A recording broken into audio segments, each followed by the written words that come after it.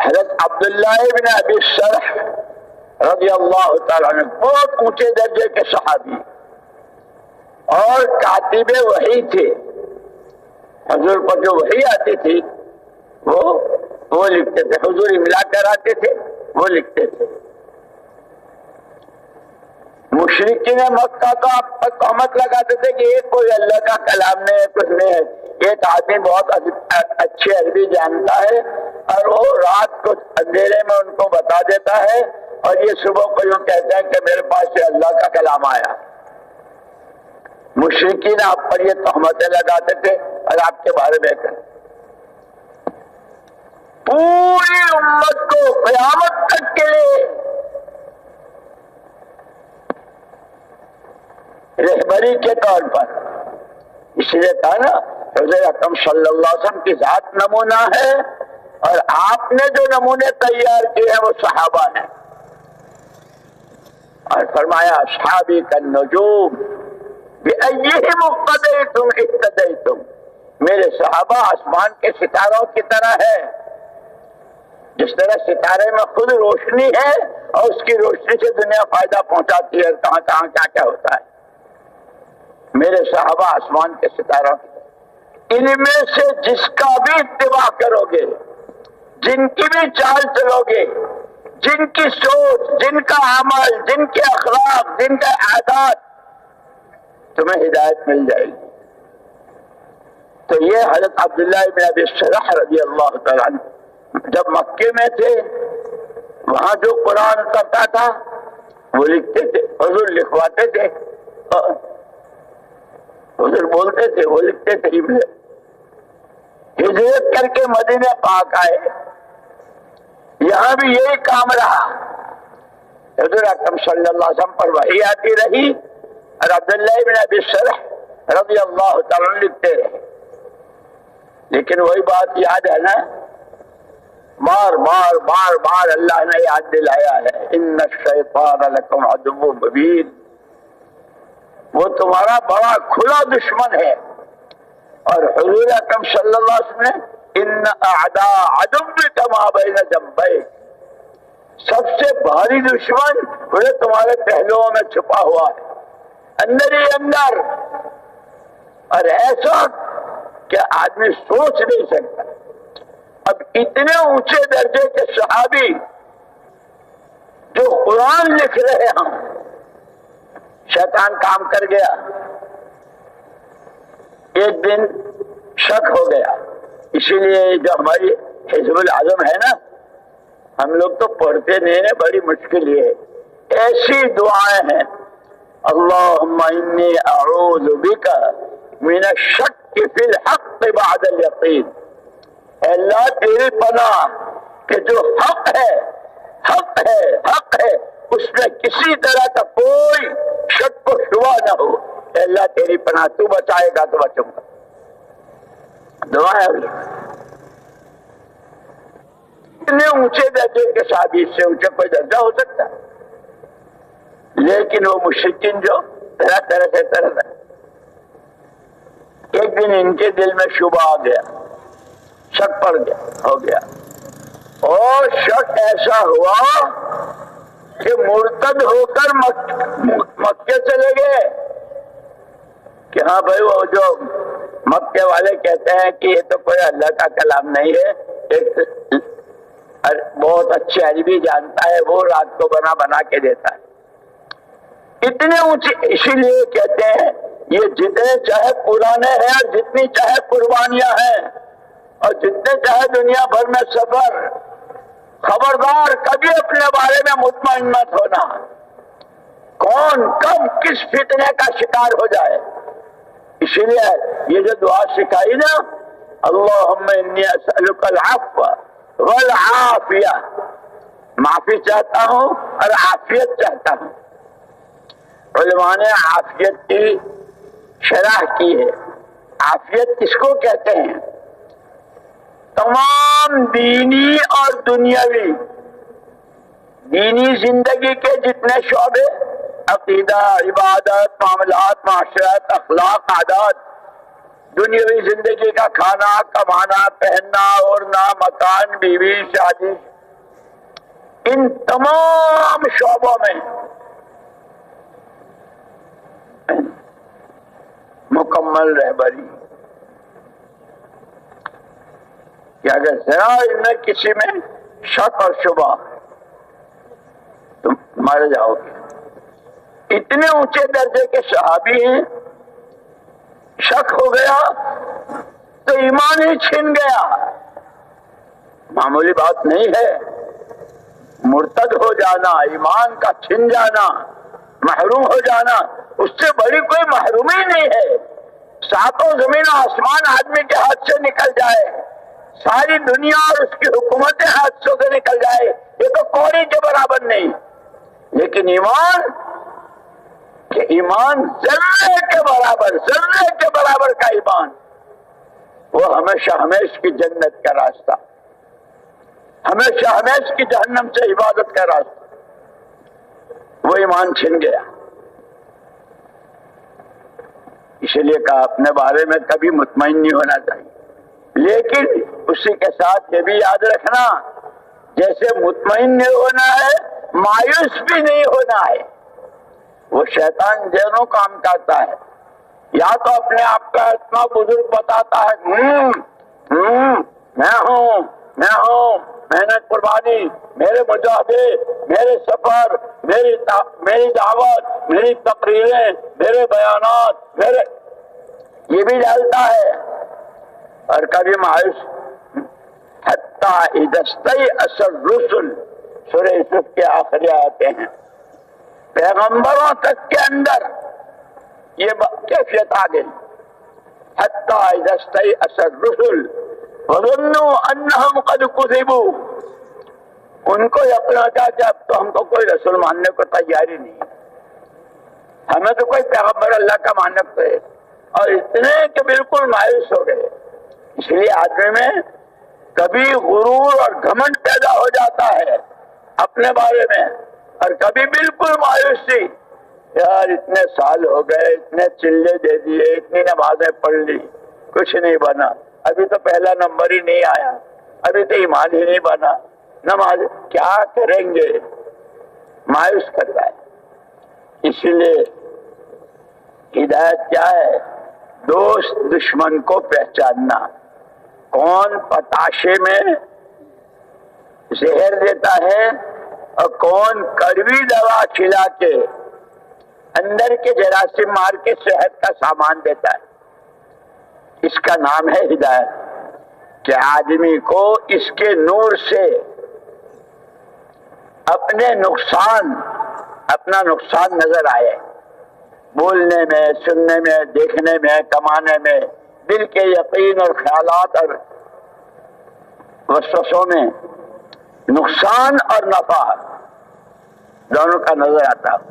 جیسے تاجر بیٹھتا ہے صبح سے شام تک، نقصان کو بھی دیکھتا ہے، نفع کو بھی دیکھتا ہے، نقصان سے بچنے کی اور نفع کمانے کی، اس کا نام ہدایت۔ تو وہ حضرت عبداللہ ابن ابی سرح رضی اللہ تعالیٰ عنہ، ان کو شک ہو گیا کہ ہاں وہ جو مکے والے کہتے تھے بات صحیح معلوم ہوتی ہے، ایمان گیا، مرتد ہو گئے، مکے آ گئے۔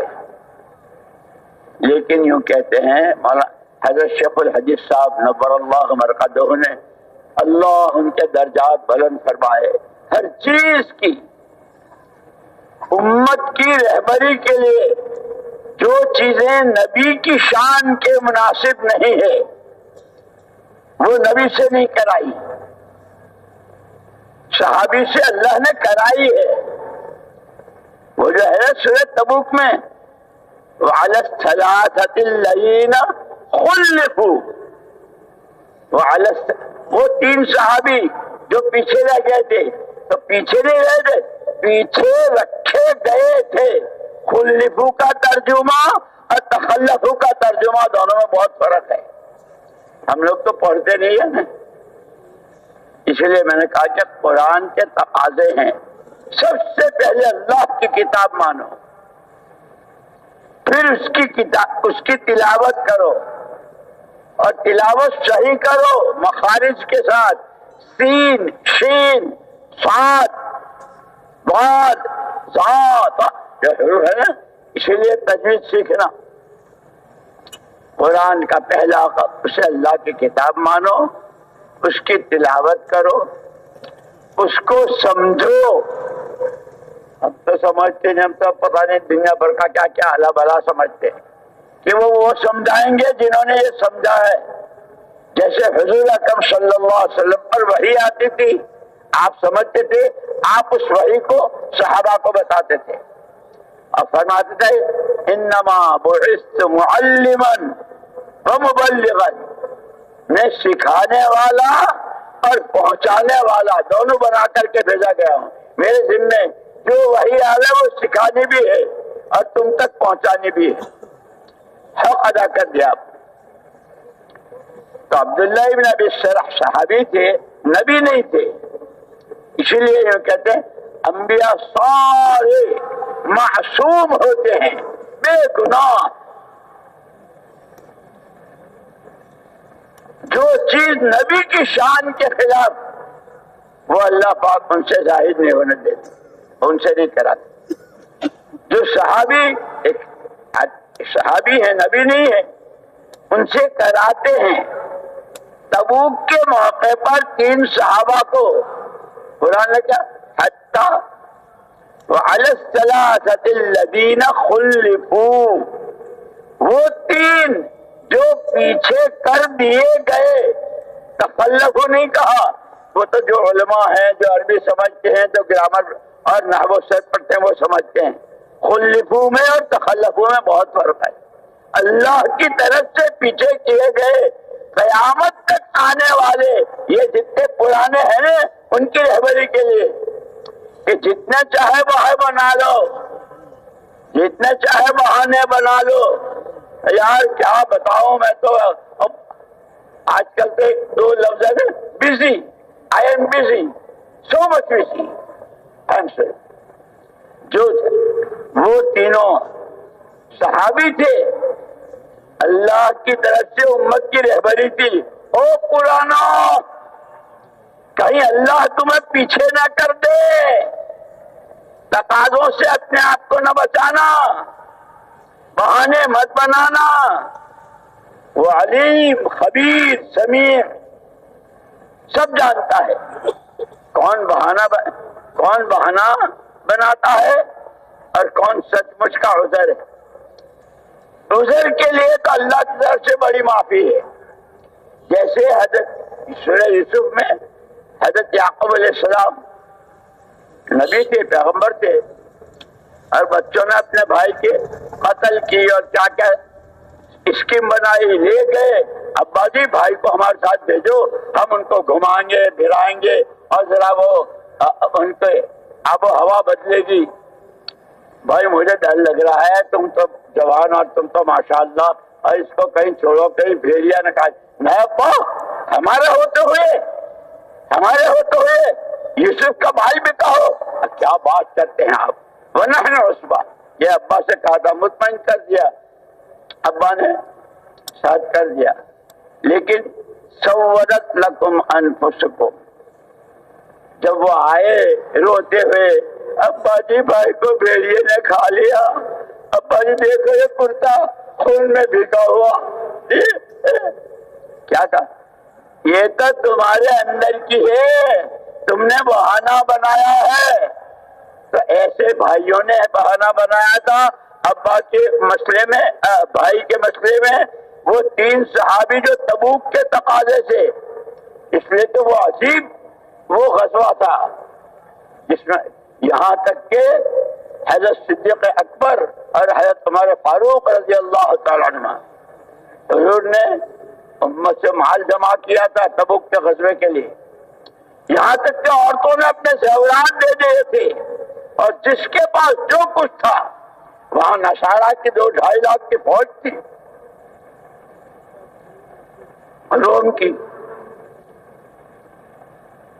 اسی لیے حضور اکرم صلی اللہ علیہ وسلم نے پوچھا تھا ان دونوں سے، کیونکہ یہی امت کے رہبر پیچھے کیا چھوڑا. اور ان دونوں میں ہمیشہ مقابلہ رہا کون آگے بڑھے. یہاں تک کہ ایک مرتبہ مسجد نبوی میں آئے اور حضور نے پوچھا آج کوئی روزے دار ہے؟ حضرت عمر نے کہا ارادہ تو تھا لیکن حضرت صدیق اکبر رضی اللہ کا ارادہ میرا روزہ ہے. ارے کسی نے کسی بیمار کرسی کی. حضرت عمر رضی اللہ عنہ کہا کہ بس ابھی واپسی میں جاتے ہوئے کروں گا. حضرت صدیق اکبر رضی اللہ تعالیٰ نے کہا کہ میں کر کے آیا.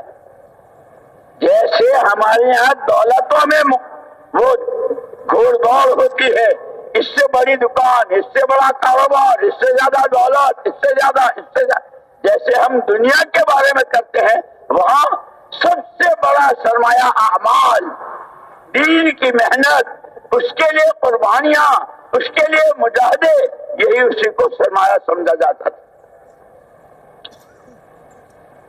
تو آپ نے پوچھا پیچھے کیا چھوڑ کر آئے؟ حضرت عمر فاروق رضی اللہ تعالیٰ نے عرض کیا اللہ کے رسول آد و عود لے کر آیا ہوں.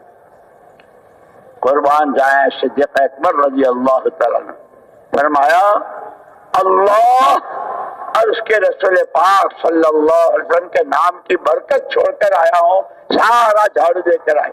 یہ صحابہ کے واقعات کہانیاں نہیں ہیں. او پرانو یہ کہانیاں نہیں ہے. یہ سب سے پہلے میرے لیے، کہنے والے کے لیے اور سننے والوں کے لیے رہبری ہے. ہمیں سبق پڑھایا گیا ہے کیسے صحابہ اور کسی ساری امت کا ایمان ترازو کے ایک پلے میں، اور ایک اکیلے ابوبکر صدیق رضی اللہ عنہ کا ایمان ایک پلے. پوری امت میں سب سے زیادہ، ہر لائن میں، ہر موقع پر. لیکن کیسے روتے تھے؟ اللہم انی ظلمت نفسی، اللہم انی ظلمت نفسی. اللہ میں نے نماز نہیں پڑھی، میں نے تو ظلم کیا. میں نے رکوع نہیں کیا، میں نے تو ظلم کیا. انہوں نے اس لیے کہ ایک صحابی آئے مسجد نبوی میں کہ حضور پاک صلی اللہ علیہ وسلم فرمایا ہے کہ نماز ایسی پڑھو جیسے مجھے پڑھتے دیکھا. تو صحابی نے پوچھا بھائی مجھے حضور کی نماز بتاؤ. تو وہ کتاب وغیرہ تو اس وقت میں تھی نہیں. میری کتاب، میرا روزہ، میری نماز، میری تبلیغ. صدیق اکبر رضی اللہ تعالیٰ عنہ نماز پڑھ رہے تھے. تو صحابہ نے فرمایا وہ دیکھ، نیت باندھنے سے لے کے سلام پھیرنے تک پوری نماز حضور والی نماز. اس کے ساتھ انہوں نے اللہ کے رسول مجھے کوئی نصیحت کیجیے. تو ایسی نماز کے بعد یہ کہا تھا اللہم انی ظلمت نفسی ظلمن کثیرا. یہ پڑھا نماز کے آخر میں. ہم تو اب پڑھتے ہی نہیں. ہمارے تو جیسے ہم تو چونکہ سب جانتے ہیں، ہم تو پرانے ہیں، ہم تو ہیں، اس لیے ہمیں تو کچھ ضرورت ہی نہیں. یہ بہت بڑا احسان ہے حضرت صدیق اکبر رضی اللہ تعالیٰ عنہ کا امت پر کہ جو حضور نے ایسے وقت میں ان کو دی تھی، ساری امت کو یہ بتلا گئے ہیں قیامت تک کے لیے. جتنی چاہے شاندار خشوع خضوع والی، لیکن آخر میں اے اللہ میں نے قرآن نہیں پڑھا، ظلم کیا، رکوع نہیں کیا، ظلم کیا. اپنے کیے پر اطمینان نہیں. تو انہوں نے کہا کہ اللہ اس کے رسول پاک سن کے نام کی برکت چھوڑ کر آیا. ہر موقع پر ان کی قربانیاں. یہ ہمارا یہ جو ہمارا پرانوں کا ہے نا، یہ وہ ہیں پرانے. ان کی ادائیں، ان کی قربانیاں، ان کا اخلاص، کہ اتنا سارا سب کچھ جس سے اللہ راضی، جس کا ایمان ساری امت کے ایمان کے مقابلے میں، اور وہ رو رہے ہیں. اور عجیب بات یہ ہے سارا سب کچھ کر لیا، اللہ راضی ہو گئے اور دنیا سے سارے صحابہ روتے ہوئے گئے، اے اللہ تیرا حق ادا ہوا، نہ تیری کتاب کا، نہ تیرے نبی کا، نہ تیرے دین کا۔ اے اللہ محمد صلی اللہ علیہ وسلم نے تو پوری امت کو ہمارے ذمہ کیا تھا، ہم نے امت کا حق ادا نہیں کیا۔ صحابہ روتے گئے۔ اسی لیے ہمیں سیکھنا ہے۔ یہ بات حضرت عبداللہ ابن ابی سرح رضی اللہ تعالیٰ سے اللہ کی طرف سے ہوئی، جیسے وہ 3 تبوک میں اللہ کی طرف سے پیچھے کر دیے گئے تھے۔ عبداللہ ابن ابی سرح کے ذریعے قیامت تک آنے والی امت کو تم جتنے بڑے حضرت ہو، اور تم جتنے بڑے مفسر ہو، اور تم جتنے بڑے شیخ الحدیث ہو، اور تم جتنے پرانے ہو، اور تم جتنے بڑوں کے بزرگوں کی صحبت میں، اور چاہے تم خلفاء ہو، جو چاہے ہو، خبردار خبردار کبھی مطمئن مت ہونا، مرتد ہو کر آتے۔ لیکن یہ اللہ کو کیونکہ امت کی رہبری کرنی تھی، پہنچ گئے، لوگوں میں پھیل گئی بات، اب ہوئی ندامت۔ اسی لیے یہ کہتے ہیں آدمی کی توبہ وہ ندامت، اوہ کون ہوں، کہاں ہوں، کرنا کیا تھا، کیا کیا۔ اسی لیے حضور اکرم صلی اللہ علیہ وسلم نے مدینہ منورہ میں جو ماحول بنایا تھا، اجنبی سے اجنبی آدمی آتا تھا اور وہ پوچھتا، جیسے ہم پوچھتے ہیں ایک دوسرے سے بھائی تم کون ہو، ہر ایک کا مشترک ایک ہی جواب، بندہ اللہ کا ہوں، بندگی زندگی کا مقصد ہے، اسی کے لیے اس نے مجھے پیدا کیا ہے، امتی نبی کا ہوں، عالم میں رحمت بن کر جینا میرے آقا کی نیابت یہ میرے ذمہ ہے۔ یہاں تک کہ ایک یہودی نے لکھا، یہ جو معاشرت کہتے ہیں نا، دینی زندگی کا شعبہ ہے بہت اہم، ایک یہودی نے لکھا کہ میں اپنے کاروباری سلسلے میں مدینہ میرا جانا آنا ہوتا تھا، کبھی مارکیٹ میں، کبھی گلی میں، کبھی محلے میں، کبھی لوگوں سے ملاقاتوں میں معاملات ہوتے تھے۔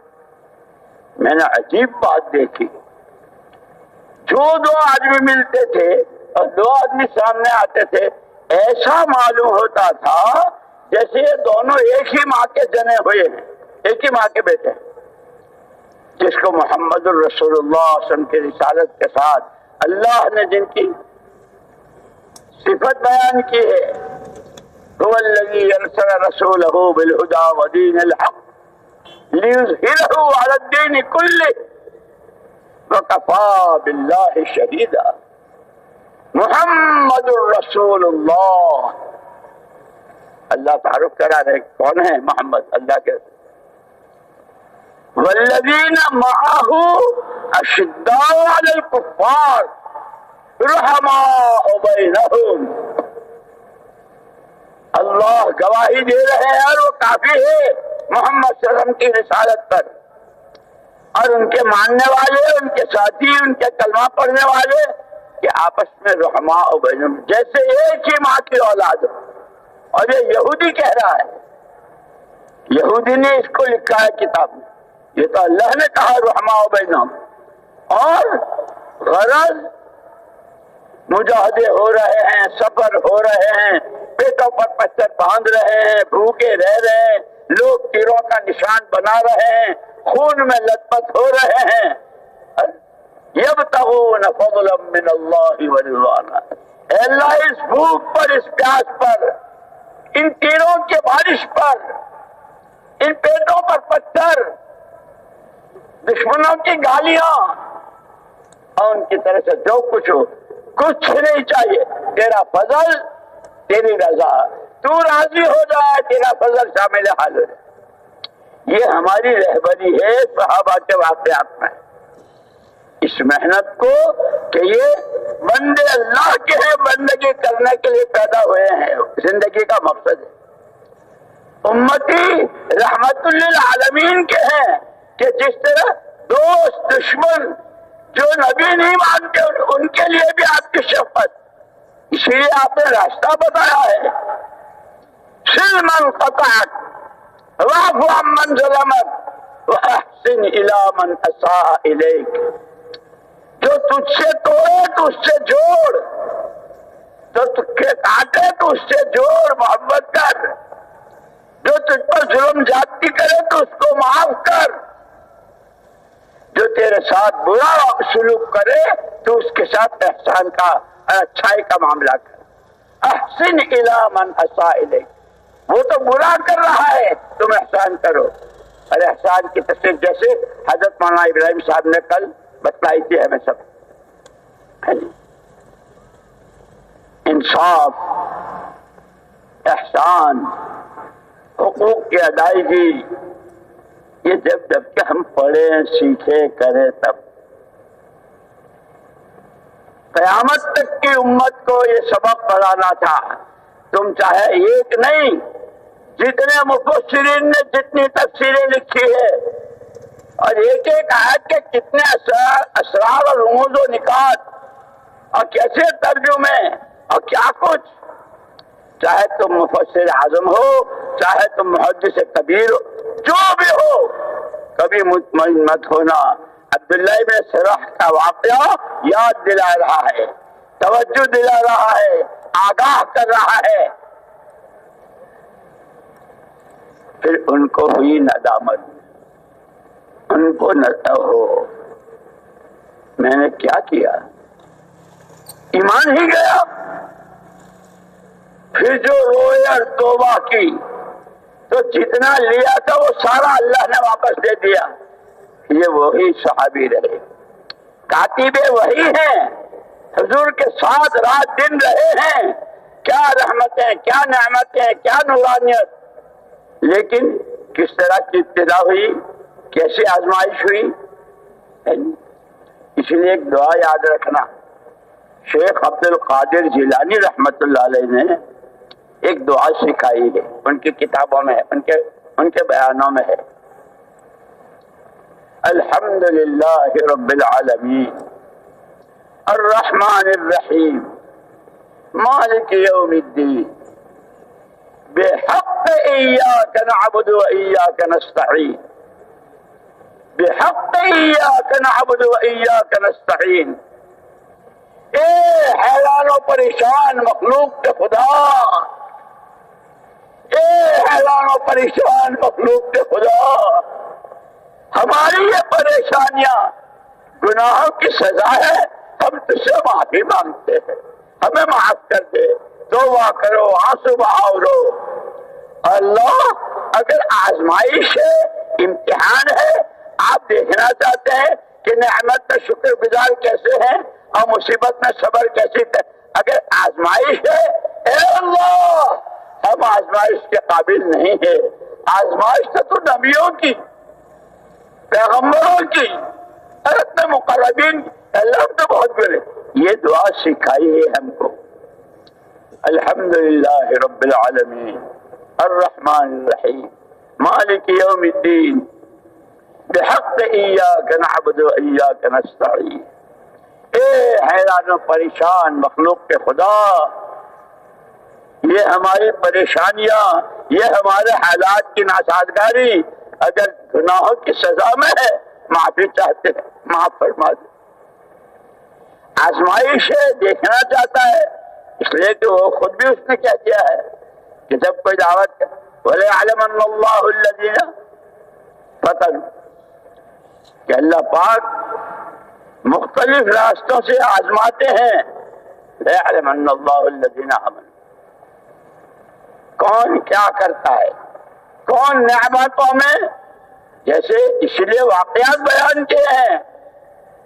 جس قارون کے پاس کچھ نہیں تھا، کیسے سنا کہ اس کے تو اونٹوں کی پوری ایک جماعت صرف خزانوں کی چابیاں اٹھاتی تھی، اور اس سے کہا وَابْتَغِ فِيمَا آتَاكَ اللَّهُ الدَّارَ الْآخِرَةَ، یہ سارا تیرے پاس سب کچھ اللہ کا دیا ہوا ہے، اس سے تو اپنی آخرت بنا لے۔ انما اوتیتہ علی علم، میری عقل و خرد، میری ذہانت، میری ہوشیاری، آئی ایم گیا۔